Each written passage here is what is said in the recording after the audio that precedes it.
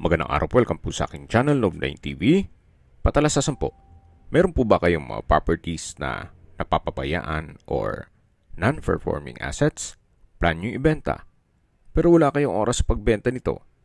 Kung ito'y pagkakatiwala nyo po sa amin, tawag lang po kayo sa aking numero, usap po tayo, gawin ko po ng video for free. Yes, libre po, wala po kayong babayaran. Tutulungan pa namin kayong mabenta ang inyong property. Kami na po bala sa marketing, sa boosting or paid ads.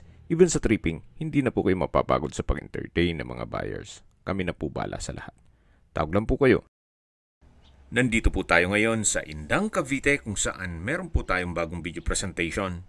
Isang residential farm property na may lot area na 8,806 square meters. Ito po'y titulado. Buhay po ang may-ari, kaya wala po kayong magiging problema sa documentation o sa transfer ng title. Mula po Barangay Road, meron pong right of way, 10 meters ang lapad at 15 meters po mula dun sa property from Barangay Road. Kaya ito'y inner lot. Napakatahimik po ng lugar, sariwa ang hangin, at malamig po ang klima. Malayo na rin po ito sa 14 kilometers danger zone ng Taal Volcano. May access na rin po dito ng tubig, kuryente at sa internet provider naman, magpapakonek na lang din po kayo. Gawa ng marami na rin mga kabahayan dito. Dito po sa loob ay meron pong mga structure, may kubo, na yan po yung isa sa caretaker's house. At sa ngayon po, ito po'y game fowl farm.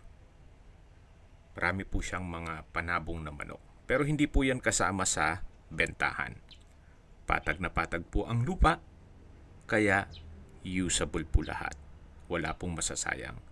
Marami din pong mga fruit-bearing trees dito, gaya ng dragon fruit, may langka, lansones, rambutan, mangga, saging, nyog, santol, bayabas, kape, at marami pa pong iba.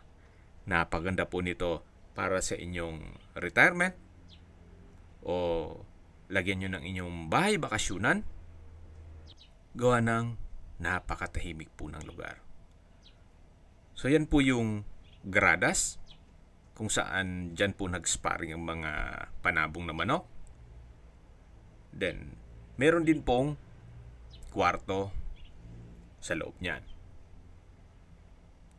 So, nakaset up na po. Kung sakali man na may hilig po kayo sa mga panabong na manok, so ayusin nyo lang po ang mga bubong nito. Then, meron na po kayong lugar para sa inyong mga fighting cocks. Or kung wala naman kayong hilig sa pagsabong, maganda rin po itong gawing resort o events place. Gawa ng napakalawak po nitong area. Yan po, tunghayin nyo po. Hanggang sa dulo pa po yan. Then kung sakali man po na gusto nyong basic lang na setup, maganda rin pong gawing camping site. At least sa camping site, gagawa lang kayo mga facilities gaya ng mga banyo, at main house. Then the rest puro tent na lang po ang i-set up nyo dyan. So depende po yan sa inyong project kung ano man ang gagawin nyo dito once na ma-acquire nyo tong property. Sa dulong parte nitong lupa o sa property line o boundary ay meron pong dry creek o ilat. Nagkakatubig lang po siya pag umuulan. Habang naglilibot po tayo at pinagmamasdan nyo po itong kapaligiran, pag-usapan na natin ang distance, location at travel time. Mula po sa Provincial Road ng Alfonso Indang, ang distance is 300 meters. Opo, napakalapit lang po nito sa Provincial Road. Kaya accessible din po ito ng public transportation. At mula naman po sa bayan ng Alfonso, ang distance is 6 kilometers at ang travel time is 10 minutes. Kompleto na rin po doon kayo ng public market, groceries, convenience store, remittance center, banks, schools, church, at hospital. Yan po yung lagi kong binabagit sa inyo na dapat nyo i-consider sa paghanap ng property, yung meron pong malapit na hospital. Hindi ko naman po sinasabing sakitin kayo. Yan naman po for emergency purpose lang naman. At mula naman po sa Welcome Arc Alfonso sa Tagaytay Nasugbu Highway, ang distance is 9.8 kilometers at ang travel time is 19 minutes. Mula naman po sa Mendez Crossing, ang distance is 10.8 kilometers at ang travel time is 24 minutes. Mula naman po sa Tagaytay Rotonda, ang distance is 16.3 kilometers at ang travel time is 34 minutes. Mula naman po sa Calax, ang distance is 25.4 kilometers at ang travel time is 56 minutes. Ang Calax po ay connecting South Luzon Expressway, Skyway, all the way to North Luzon Expressway at ibang parte ng Metro Manila. At mula naman po sa Manila o sa airport, ang distance is 58.8 kilometers at ang travel time is 1 hour and 53 minutes. Okay, recap lang po. Ito pong property ay nasa Indang, Cavite. May lot area po ito na 8,806 square meters. Ito po'y titulado. Buhay po ang may-ari kaya wala po kayong maging problema sa documentation o sa transfer ng title. Nasa mataas na lugar, ang estimated elevation above sea level ay 1,297.2 feet. Malayo na rin po ito sa 14 kilometers danger zone ng Taal Volcano.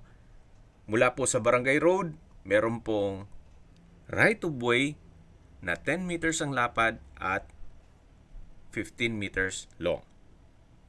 Ito po'y inner lot, kaya napakatahimik po ng lugar, sariwa ang hangin at malamig po ang klima.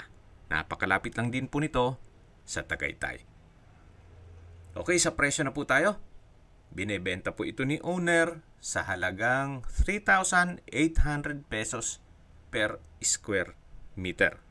Fair deal na rin po, gawa ng ang market value ng mga lupa dito sa area ay nasa 4,000 to 5,000 pesos per square meter.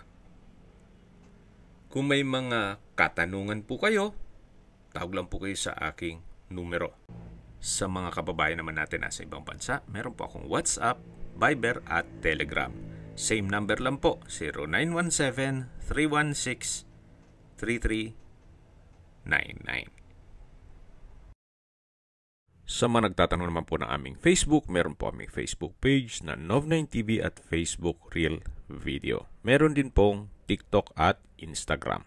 May ibang YouTube channel po kami, the Nov9TV channel, Nov9TV Listings, Nov9TV On The Spot, Nov9TV Updates, at Nov9TV House Rental. Sana po naibigyan nyo ang video presentation. Paki-like and subscribe na lang po sa aking channel para ma-update din po kayo sa aking future listings. Kung sakali po hanap nyo yung mas malaking sukat ng lupa, meron din po kami ibang listings na pwede nyong pagpilian. Huwag po kayong mag-atubiling tumawag sa amin.